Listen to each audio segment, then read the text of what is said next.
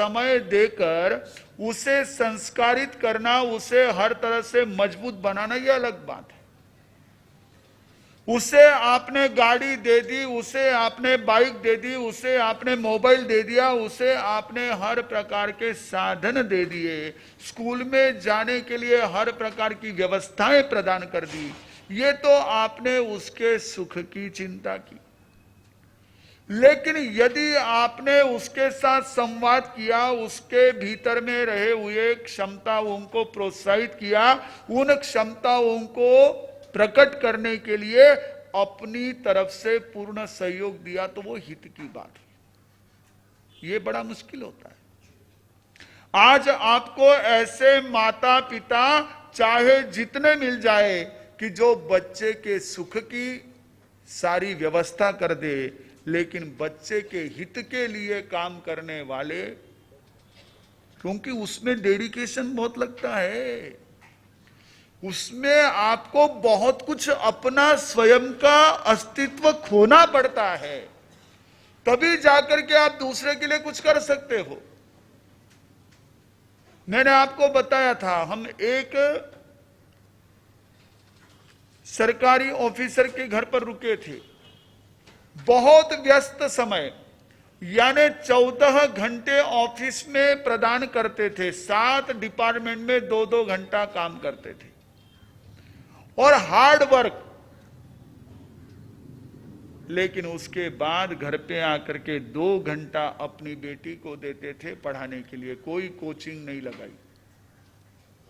आप विचार कीजिए, वो बच्ची क्या बनेगी आगे जाकर, वो बच्ची कितनी आत्मविश्वास से भरपूर होगी, उस बच्ची के अंदर में रही हुई क्षमताओं का सही दिशा में कितना आगे चल करके विकास होगा।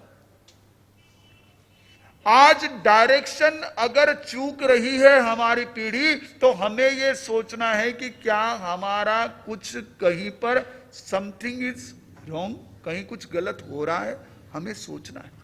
हमारे ये महापुरुष जिनके जीवन का हम एक महत्वपूर्ण ऐसा अवलोकन कर रहे हैं, जिन्होंने अपने जीवन को स्वयं के विकास के लिए तो सतत प्रवृत्त रखा ही, लेकिन खुद तक सीमित नहीं रहे। उनका जीवन ऐसा बना कि उस जीवन से औरों को सदैव लाभ होता रहा। उनका जीवन औरों के लिए वरदान रूप बना, उनका जीवन औरों के लिए प्रेरणा रूप बना, उनका जीवन औरों के लिए अमृत रूप बना। आचार्य भगवान पूज्य गुरुदेव आनंद ऋषि जी महाराज साहब, जिन्होंने दिल्ली, जम्मू, हरियाणा, पंजाब और उत्तर भारत, मारवाड़, मेवाड़, मालवा, विदर्भ, दक्षिण भारत 70 वर्षों तक विचरण करे, सोई जनता जगाई, गुरु आनंद सुखदाई, ओ गुरु आनंद सुखदाई। काया दुर्बल बनी थी, लेकिन मन था पक्का बिल्कुल, नित्य नियम स्वाध्याय जाप में हरदम रहते मशगुल, दर्शन हेतु संत सती जी जनता दौड़ी आई, गुरु आनंद सुखदाई, हो गुरु आनंद सुखदाई। क्यों किया इतना विचरण? क्या आवश्यकता थी? उन्हें मानने वाले हजारों परिवार थे और वो खुद भी अपने आप में मस्त थे, बहुत कम आवश्यकताएं थी। गुरुदेव के जीवन को अगर निकट से हम देखें तो उनकी निजी आवश्यकताएं मिनिमाइज थी, एकदम कम से कम। जैसे आज मॉल वाले आपको कहते हैं ना, लेकिन वैसा देते नहीं है। आपको विज्ञापन के माध्यम से लुभाते हैं कि हम कम से कम दाम में देंगे, कम से कम कुछ नहीं होता है, वो तो बिजनेस लेकर बैठे। लेकिन गुरुदेव का जीवन ऐसा, अल्पाति अल्प वस्तुओं में उनका काम चल जाता था। तो उन्हें किस लिए विचरण करना था? कोई किसी से अपेक्षा नहीं, मात्र औरों की अपेक्षाओं को पूर्ण करना। जैसे संयतीय 18वें उत्तराध्ययन सूत्र के अध्ययन में भगवान के वचन हैं, राजा संयति को कहते मुनिराज, अभव पथिवा तुझम अभय दाया भवाय, हे राजन तुझे अभय है लेकिन तू अभय देने वाला बन। वैसे ही गुरुदेव का जीवन था, उन्होंने औरों को आनंद देते गए, वो सदैव आनंद में रहे। उनका जीवन बड़ा ही एक तरह से नवनीत से भी ज्यादा कोमल था। जैसे पंक्तियों में कहा कवि ने, संत हृदय नवनीत समाना, कह ही कवि न पर मर्म न जाना, निज संताप द्रवहि नवनीता, पर संताप द्रवहि संत पुनीता। संत हृदय को मक्खन के समान कहते हैं कवि लोग, लेकिन उन्होंने इसका रहस्य नहीं समझा। संतों का हृदय मक्खन जैसा नहीं होता। मक्खन तो जब उसको आंच लगती है तब क्या होता है, और संत हृदय जब औरों को आंच लगे तब पिघलता है। यह सज्जन के स्वभाव की विशेषता होती है। और गुरुदेव ऐसे सत्पुरुष थे कि जो औरों के दुख को देख नहीं सकते थे। गुरुदेव के सानिध्य में एक विद्वान थे, पंडित नारायण प्रसाद जी शास्त्री, जिन्होंने बचपन में मुझे लघु सिद्धांत कौमुदी और कई ग्रंथों का अध्ययन करवाया। गुरुदेव के निर्देश से वे मेरी पूरी हर तरह से पढ़ाई का भी और अन्य बातों का भी ध्यान रखते थे। वे बताया करते थे कि गुरुदेव के साथ में वो काफी वर्षों तक विहार में चलते रहे।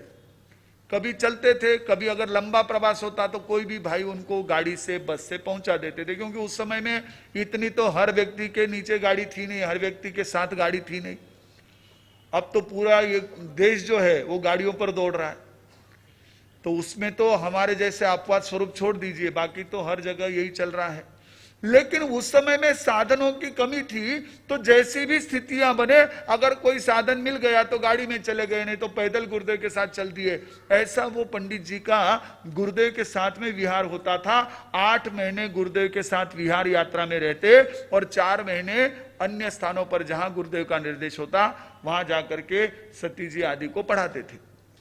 तो वे पंडित नारायण प्रसाद जी शास्त्री कहते थे, एक बार विहार यात्रा के दरमियान उनके पास एक टेलीग्राम आया और उस टेलीग्राम में लिखा था कि उनका जो बड़ा बेटा है वो बहुत ज्यादा गंभीर रीति से बीमार है और अब उसकी बचने की भी संभावना बहुत कम है, आप जल्दी से घर पे आ जाइए। उस समय तार चलते थे, व्हाट्सएप थे नहीं, आपके बाकी साधन मैसेज वगैरह थे नहीं, इतना फास्ट डायलिंग था नहीं। इसकी भी एक मजेदार बात कह दूं, चलो फिर मैं आगे उस विषय को बढ़ा दूं। हम लोग महाराष्ट्र में संगमनेर के पास में चंदनापुरी घाट में एक मकान में रुके थे, जैनेतर भाई थे, उनके मकान में रुके थे। तो वहाँ एक माजी थे, 80-85 साल के माजी होंगे। उन्होंने मराठी में कहा, मैं आपको हिंदी में कहूँगा। उन्होंने कहा, महाराज ये आजकल फोन ने बहुत ज़्यादा लोगों को परेशान कर दिया है। पहले फोन वगैरह नहीं थे, टपाल थे, पत्र थे, तो उस लेटर के ज़माने में कोई अगर चला भी जाता तो 10 दिन बाद पता चलता था, तो तब तक आदमी सेटल हो जाता था। यहां तो जाने के पहले समाचार चले जाते, तैयारी में लगो। आदमी बढ़ने वाला, सुनने वाला कई जने उसके कारण प्रेशर में आ जाते हैं। जाने वाला तो गया, सुनने वाले भी 1-2 जने सीरियस हो जाते हैं। ये इसका आजकल का बड़ा गड़बड़ वाला मामला हो गया। तो उस समय तो टेलीग्राम ये सबसे फास्ट चलने वाला साधन था। ये बात मैं आपको बता रहा हूं, करीब करीब समझ लीजिए 68-70 की बात होगी। तब जो है तार चलते थे, तो तार से ये समाचार मिला। पंडित जी बड़े चिंतित हुए क्योंकि साधन भी कम थे। उनका गांव गोरखपुर के पास था, वहां तक जाना करना बड़ा कठिन था। साधनों के अभाव में कैसे जाऊं, क्या करूं, बड़े चिंतित हुए और जाकर के एक ही ठोर था, गुरुदेव के चरणों में पहुंचे। गुरुदेव के चरणों में गए, चेहरा बड़ा सुस्त था। गुरुदेव ने पूछा, क्या बात है पंडित जी, क्यों उदास है? बस इतना कहना था कि उनकी आंखों से आंसू झरने लग गए। गुरुदेव ने पीठ पर हाथ फेरा, बोले क्या बात है, आपके मन में क्या बात है? कही उन्होंने तार बताई।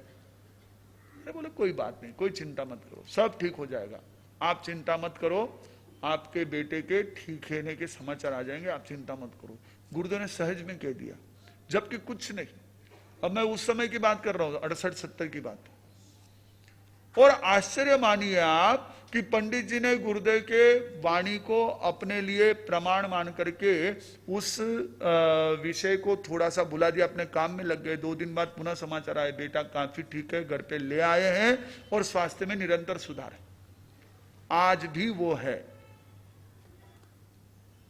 ये गुरुदेव के भीतर में एक प्रकार की करुणा, एक किसी के दुख को देख करके उसके दुख को, पीड़ा को किस तरह से दूर कर सके इसकी चिंता।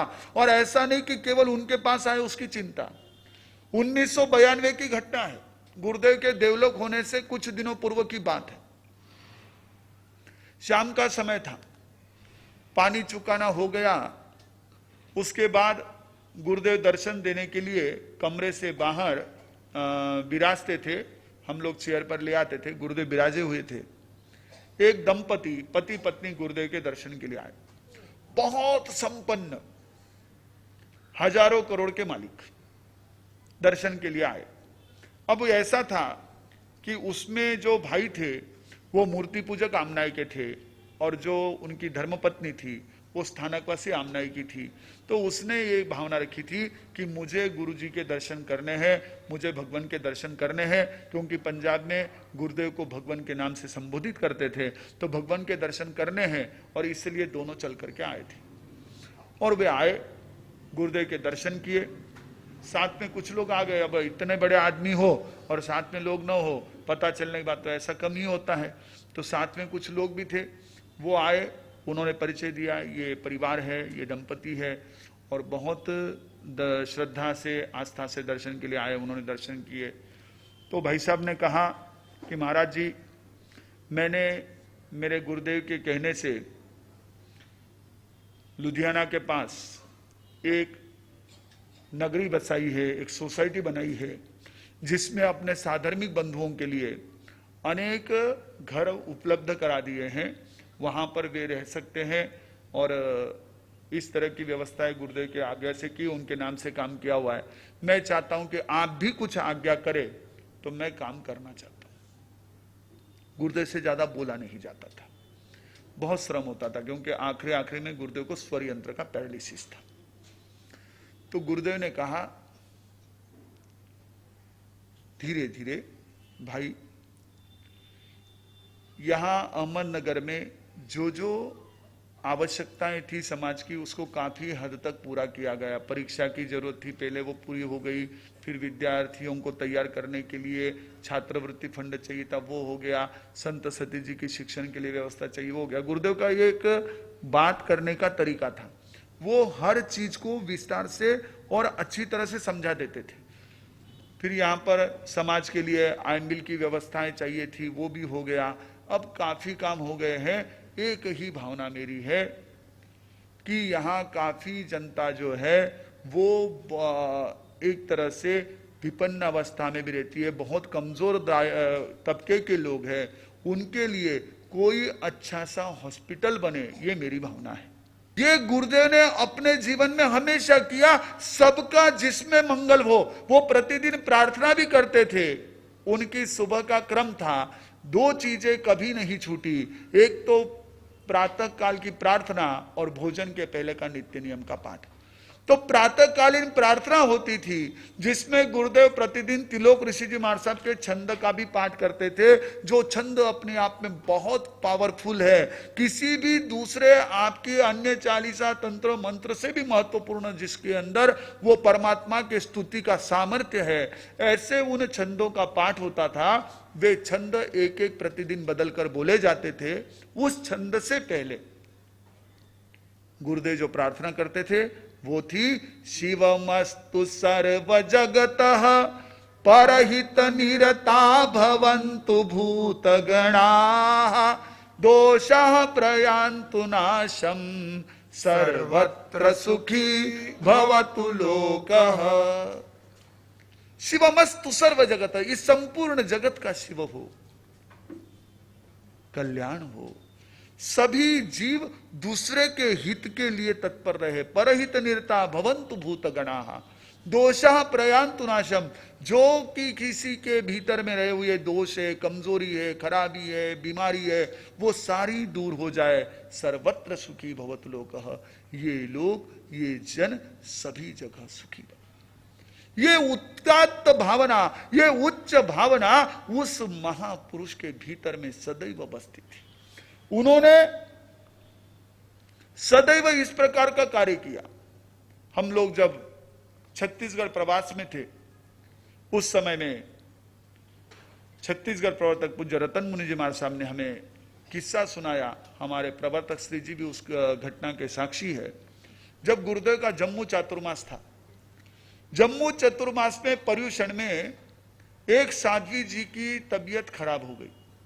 खराब इतनी सीरियस हो गई, संघ के लोग आए और उन्होंने आकर के निवेदन किया गुरुदेव से, गुरुदेव अभी पर्युषण के दिन चल रहे हैं, लोगों में एक तरह से काफी उत्साह है, सभी लोग धर्म आराधना में लगे हुए हैं, और ऐसे समय में महासती जी की तबीयत काफी खराब है, कुछ भी हो सकता है कभी भी, आप पधारे और एक मंगलिक प्रदान कर दे जिससे हमारी संवत्सर भी निर्विघ्न बीत जाए। गुरुदेव ने चलते समय कहा, कुछ नहीं होगा, सब धर्म के प्रभाव से ठीक हो जाएगा।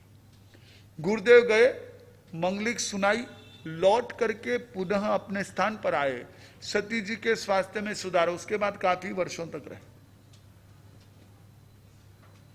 ये उनके भीतर में एक प्रकार की ऐसी यह मंगल की भावना जो आने वाले का हर एक का मंगल कर देती थी। सबका भला चाहना ये सबसे बड़ी बात है, और वो भला चाहना दिल से, ये और बड़ी बात है।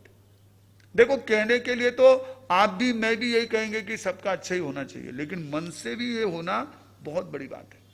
आपको आश्चर्य होगा कि गुरुदेव इतने पॉजिटिव थे, इतने उनके मन में सबके मंगल के भाव थे कि उन्हें कभी कोई बुरा, कभी कोई गलत नजर ही नहीं आया। जैसे हम कहते हैं कहानियों में कि दुर्योधन के पास में पर्ची दी गई, एक कागज दिया गया कि जाकर के पूरे हस्तिनापुर में ढूंढाओ कि कितने सज्जन लोग हैं, और युधिष्ठिर को कहा गया कि बताओ कितने दुर्जन लोग हैं। शाम के समय में लौटने पर दोनों के कागज खाली थे, ना दुर्योधन को कोई सज्जन मिला, ना युधिष्ठिर को कोई। उसी नगरी में घूमे दोनों, लेकिन दोनों को दोनों नहीं मिले, क्योंकि वो नजरिया जो था, वो दृष्टिकोण जो था, आचार्य भगवान का दृष्टिकोण बहुत सकारात्मक था। सबसे गुण ग्रहण करना और गुणों की ओर ही नजर रखना। जैसे हम श्री कृष्ण महाराज का कहते हैं कि उन्होंने उस सड़ी हुई कुतिया के भी सुंदर दांतों की ओर ध्यान दिया, उसकी बदबू की तरफ ध्यान नहीं दिया। गुरुदेव का हमेशा यही होता था। हम गुरुदेव के निकट रहते थे। मैं देर से आया, आप और हम भाग्यशाली है कि आज गुरुदेव की अनुपस्थिति में भी हमें ऐसे महापुरुष का सानिध्य प्राप्त हो रहा है जिसने गुरुदेव की 30 वर्ष तक सेवा की, खूब आशीर्वाद पाए। 1962 से लेकर 1992 तक एक परछाई की तरह गुरुदेव के साथ रहे, चाहे जैसी स्थिति आई, चाहे जैसी विषमताएं आई। एक वो भी समय आया जब सब ये करते थे लेकिन कुछ भी नहीं कर पाते थे, लेकिन फिर भी कोई शिकायत नहीं, कभी चेहरे पर शिकन नहीं। गुरुदेव की पूरी सेवा जो करते थे वो गुरुदेव की पूरी सेवा से भी दूर रहते थे, लेकिन फिर भी गुरुदेव के प्रति उतने ही समर्पित थे। उनके पास है तो भी उतने ही समर्पित, और उनके पास नहीं रह पाए तो भी उतने ही समर्पित। गुरुदेव ने भी बहुत कुछ झेला, लेकिन इन्होंने भी कम नहीं झेला। और हम भाग्यशाली है कि आज ऐसे गुरुदेव का जिन्होंने आशीर्वाद पाया, गुरुदेव का सानिध्य पाया, गुरुदेव को इतने निकट से देखा। जब प्रवर्तक श्री जी वो अनुभव सुना रहे थे, हम सभी के ऐसे रोमांच हो रहे थे कि गुरुदेव को इतने निकट से देखा, और ऐसे ऐसे प्रसंग उन्होंने अपने सामने देखे कि जिसमें गुरुदेव की उदारता, विशालता का एक बहुत सुंदर ऐसा सहज हमारे सामने दृश्य उपस्थित हो गया। तो गुरुदेव के भीतर में वो जो एक सबके प्रति मंगल की भावना थी, बहुत पॉजिटिविटी के कारण थी। मैंने जितना गुरुदेव को देखा 1982 से लेकर 1992 तक 10 वर्ष दीक्षा के बाद गुरुदेव के सानिध्य में रहने का मौका मिला। जितना समय गुरुदेव के आसपास हम रहते थे, चाहे वो स्वाध्याय का समय हो, चाहे वो नित्य नियम का समय हो, चाहे गुरुदेव के कुछ शारीरिक कार्य का समय हो, जब हम गुरुदेव के पास रहते कुछ ना कुछ हम बोलते ही रहते थे। क्योंकि आप जानते हो गुरुदेव बहुत कम बोलते थे। वही तो बात होती है, जो गंभीर होते हैं वो बहुत कम बोलते हैं। गुरुदेव बहुत कम बोलते थे, हम लोग बोलते थे, वहां पर बात करते थे, गुरुदेव सुनते थे उन बातों को। लेकिन एक विशेष बात ये थी, हम कुछ भी बोले, कितना भी बोले, ऐसा नहीं चलता था। लेकिन फिर भी अगर हम थोड़ा सा ज्यादा विस्तार से भी बोले तो गुरुदेव अगर किसी के बारे में पॉजिटिव बात है तो हुंकारा भर देते थे, अगर किसी की निगेटिव बात कर रहे तो वहीं रोक देते थे। और उन्होंने अपने मुंह से तो एक बार भी किसी की कोई शिकायत, किसी की कोई निंदा, किसी की कोई बुराई कभी नहीं की। बहुत बड़ी बात है ये। लोगों में कम से कम इन बातों को टाल सकते, पर एकांत में ये मोह संवरण करना बड़ा मुश्किल होता है, बहुत कठिन होता है। लेकिन गुरुदेव को यह सहज साध्य था। और इतने लंबे समय में आप 1 दिन 2 दिन के लिए रहे, उस समय कोई बात करे तो बात हो सकती है। मुझे हमारे संसार पक्षी पिताजी सुनाया करते थे कि जिस समय गुरुदेव पूना से घोड़ नदी चतुर्मास के लिए जा रहे थे, हालांकि मैं भी साथ में था लेकिन बहुत छोटा था, मुझे ये सब चीजें उस समय याद नहीं थी, ये घटना याद नहीं थी। उन्होंने बताया गुरुदेव जुन्नर की तरफ जा रहे थे। नारायणगांव से जुन्नर एक जो शिवाजी महाराज का जन्म स्थान है, उस रास्ते पर गुरुदेव विहार में थे। एक गांव में रुके थे तो कई लोग जो है वो गुरुदेव के उस क्षेत्र से होकर के गुजर रहे थे। अब कई लोग तो सीधे निकल गए जुन्नर के लिए, लेकिन कुछ लोग जो थे संसार पक्षी पिताजी, वो लोग वहां रुके, दर्शन किए और गुरुदेव से कहा मंग लिख दीजिए गुरुदेव, हम जुन्नर जा रहे हैं। तो बोले ठीक है। गुरुदेव ने मंग लिख दी, कुछ पूछा नहीं कह के लिए जा रहे। अब गए वो लोग, जुन्नर जाकर के वापिस आ गए। फिर गुरुदेव के दर्शन किए तो गुरुदेव को होकर के ही भटेवरा जी कहने लगे कि गुरुदेव हम गए थे वहां पर, वो एक बहन थी और उनके शरीर पर सब जो है ना केसर की बरसात हो गई और सब लोग उसके लिए दौड़े थे। अब ये हमारा थोड़ा सा सभी लोगों का बहुत प्रॉब्लम है, और उसमें भी कुछ करके खास करके एक विशेष वर्ग जो है, जो अपने आप को बहुत न्यूट्रल मानता है, आठे भी वोट से उठे भी वोट से, ये लोग ऐसी जगह पर ज्यादा पहुंच जाते हैं जहां उनको कुछ ऐसी कुछ एक आकर्षण वाली चीजें लगती है। तो उनके साथ गए थे भटेवरा जी। तो उन्होंने कहा गुरुदेव ऐसा हम देख कर के आए, पर गुरुदेव क्या सही में ऐसा होता है? अब देखो लोगों की आदत कैसी होती है। अबे थे उठे गया, थे देखा बात सुगोत, कहने बात करो, कहने पंचायत करो। अब माने पूछने भी कई होने वाला है, अबे पूछेंगे हमको, अब कर लिया ना तुमने। लोगों की आदत होती है, वहां जाकर के करके आएंगे और फिर शिकायत दूसरे के पास करेंगे, जानकारी दूसरे से लेंगे। हम लोग अकोला में थे, एक भाई मेरे पास में रात्रि में बैठे तो धर्म चर्चा होती थी। उन्होंने कहा हमारा साहब ये मंदिर में आंगी वगैरह होती, प्रजोषण के दिन चल रहे थे, आंगी वगैरह होती, इतने फूल चढ़ाए जाते, इतने जीवों की हिंसा होती है, तो ऐसे कैसे फिर ये भगवान के यहाँ पर होता है। मैंने कहा भाई साहब एक बात मैं पूछूं? बोले हाँ। मैंने कहा देखो, मैंने किसी को कभी आंगी करने के लिए कहा? बोले नहीं मार साहब। मैंने कहा आपने कभी जाकर के आंगी की? बोले नहीं मार साहब। मैंने कहा आप करते नहीं, मैं कहता नहीं, फिर मुझे पूछ के क्या फायदा? जो कहते हैं जो करते हैं उनको जाकर पूछो तो पता चले। फालतू में ऐसी बातें करके उसका गलत प्रचार कर देना और फिर कहना मार साहब ईसा कहते, मार साहब ईसा कहते। पूछो ही क्यों ऐसी बात? लेकिन ठीक है, अब वह आपको तो हम रोक नहीं सकते। गुरुदेव के पास बात कही कि गुरुदेव ऐसा देखकर क्या क्या ऐसा होता है। गुरुदेव ने बहुत सुंदर जवाब दिया। जो जवाब दिया मैंने सुना भटेवरा जी से, संसार पक्षी पिताजी से, बड़ा अच्छा लगा कि गुरुदेव की कैसी एक वो गहरी सोच थी और कैसे थोड़े शब्दों में समाधान कर देते थे। बोले भाऊ दुनिया में घना प्रकार लोग रेवे, कठे कई रेवे, आपलाने जितो जमे उतो देखनो, बाकी अपन उरा में ज्यादा माथा फोड़ी में नहीं पड़नो, बस खत्म बात। जाना है जाओ, नहीं जाना है मत जाओ, कुछ नहीं। ये एक तरह से जो पॉजिटिविटी है, उस पॉजिटिविटी से उनका एक आभा मंडल ऐसा बना था, उनके वाणी में वो प्रभाव था कि जिससे सबका मंगल होता था। जो भी उनके सानिध्य में आता, जो भी उनके निकट में आता, उसका सदैव एक तरह से मंगल होता था। उसकी सारी समस्याएं बिना कहे सुलझ जाती थी। ऐसे कई लोग हमको मिले, वो कहते थे हमको जाकर के गुरुदेव से कुछ कहने की भी आवश्यकता नहीं रहती है। कुछ लोग ऐसे मिले जो सिर्फ गुरुदेव के कान पर बस बात डाल दो, इतने हमको कहते थे। गुरुदेव ने कुछ कहना है हमारी अपेक्षा नहीं, क्योंकि गुरुदेव को जैसे मैंने बताया स्वर यंत्र की तकलीफ थी, तो जवाब जल्दी नहीं दे पाते थे। तो मैंने कहा गुरुदेव को कहूंगा तो भी गुरुदेव कुछ कहेंगे तो नहीं मार सकता, तरी फक्त कान पर गाल दो, बस भाने उत्तोच कर दो, उतना आप बोल दो, बाकी कुछ जरूरत नहीं है। मैंने कहा क्या होगा, मन में सोचता था, लेकिन उनके तो काम हो जाते थे। गुरुदेव ने एक पंक्ति सुनाई थी, बहुत सुंदर पंक्ति थी, वो थी परमात्मा की भक्ति के लिए, लेकिन मुझे तो वो गुरुदेव के लिए भी लागू होती थी। जब मैं गाता था गुरुदेव के सामने रिवीजन में, तो हम तो गुरुदेव के सामने देख करके गाते थे,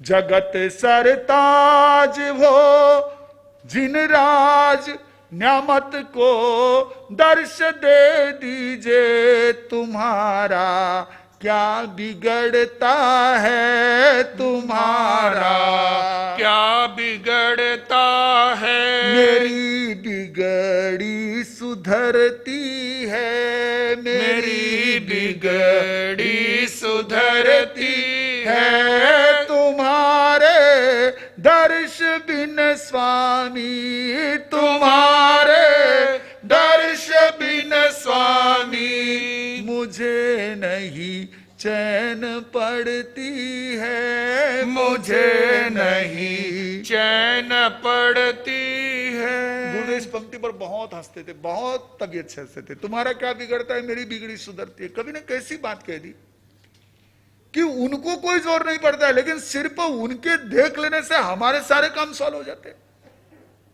जैसे आप जानते हैं, एक किसी बुद्धिमान व्यक्ति को, चाहे वो मंत्री होगा जो भी होगा, राजा ने प्रसन्न होकर के कहा तुझे क्या चाहिए मांग ले। उसने कहा महाराज कुछ नहीं चाहिए, केवल एक काम, मुझे एक आज्ञा दे दीजिए, मैं जब भी आपके दरबार में आऊं तो थोड़ी देर के लिए, 5 सेकंड 10 सेकंड आज की भाषा में, थोड़े क्षण के लिए मैं आपके पास में, आपके कान के पास में खड़ा होकर के चला जाऊं, इतनी आज्ञा दे दीजिए। राजा ने कहा ठीक है, उससे मुझे क्या फर्क पड़ने वाला है, तू आना, खड़ा होना, चले जाना, कुछ बोलना हो तो बोलना, नहीं तो मत बोलना, चले जाना, ठीक है। अब ये प्रतिदिन जाता, वहां से निकल जाता। 1 साल बाद राजा ने देखा ये आदमी तो काफी संपन्न बन गया। राजा ने बोला ये कैसे? बोले महाराज मैं आपके पास में आकर के खड़ा हूं तो लोगों में मेरी एक प्रकार की जबरदस्त ऐसी प्रतिष्ठा बढ़ गई कि ये महाराज के बहुत निकट दिखता है, महाराज के कान के पास जाता है, तो मेरी लोगों में तो एक जबरदस्त ऐसी बन गई, लोग आ करके मुझे धन दे दे करके जाते हैं, नहीं आप तो रहने दो, आप खुश रहो, प्रसन्न रहो, तो महाराज भी, मैं तो कुछ कहता ही नहीं आपको। लेकिन उनको लगता है देखो केवल वहां रहने से भी कितना काम होता है। गुरुदेव का आभा मंडल ऐसा था, वहां पहुंच जाओ तो भी सब काम हो जाए, आपके भीतर में रही हुई समस्याओं का समाधान मिल जाए, आपको अगर किसी प्रकार की कोई अस्वस्थता है तो वो भी सहज में दूर हो जाए। कोई आता गुरुदेव के पास में, गुरुदेव से कहता गुरुदेव आपने जो कुछ भी मुझे आशीर्वाद दिए, जो आपने झाप दिया, उससे मेरा काम हो गया, उससे मेरी सारी चीजें जो है वो ठीक हो गई। गुरुदेव यही जवाब देते, भाऊ परमात्मा के नाम में बहुत ताकत है, भगवान के नाम में बहुत शक्ति है, तुमने श्रद्धा से उसका नाम स्मरण किया, बहुत अच्छी बात है। बस कभी ये नहीं, हाँ मैंने बोला ना, होने ही वाला था, कभी नहीं। ये तो हमारे जैसे क्षुद्र विचारों वाले की बात होती। वो ऐसे महापुरुष थे कि जिनके पास में वो क्षमता थी, एक सामर्थ्य था। अब कई बार इस कारण से कई ऐसी परेशानी, कई गुरुदेव के पास रहते थे तो हमारे पास में कई बार ऐसे काम आते थे कि जिन कामों को करने में हमको भी बड़ी एक तरह से परेशानी हो जाती थी। एक परिचित बहन हमारे पास आए, मैं अपना परीक्षा की पढ़ाई कर रहा था, 85 की बात होगी शायद, स्वाध्याय सदन की बिल्डिंग में ऊपर बैठा हुआ था, वहां पर वो आए।